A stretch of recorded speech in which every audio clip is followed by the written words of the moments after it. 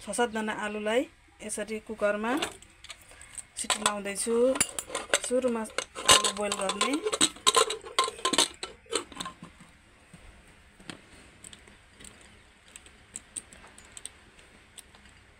आलुलाई बोइल गर्ने, त्यसपछि मटरलाई पनि बोइल गर्दै छु।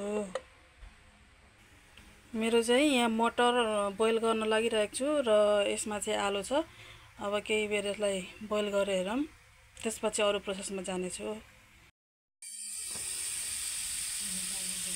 त्यसपछि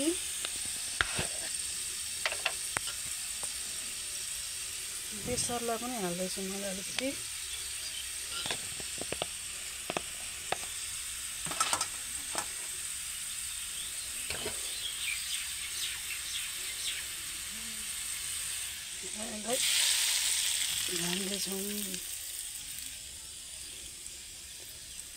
झान्दै छु।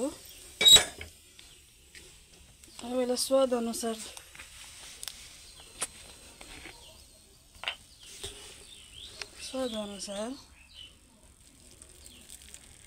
अमिलो,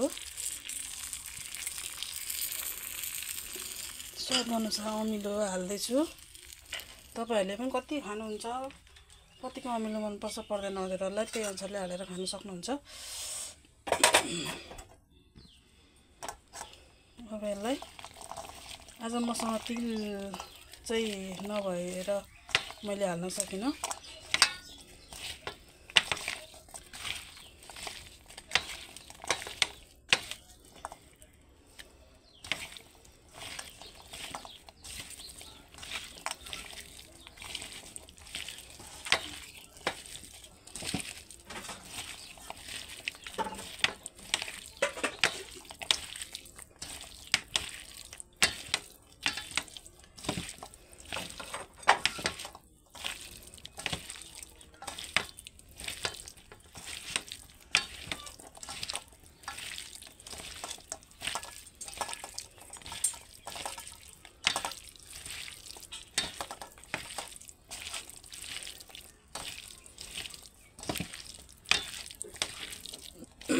भन्दै आज चाहिँ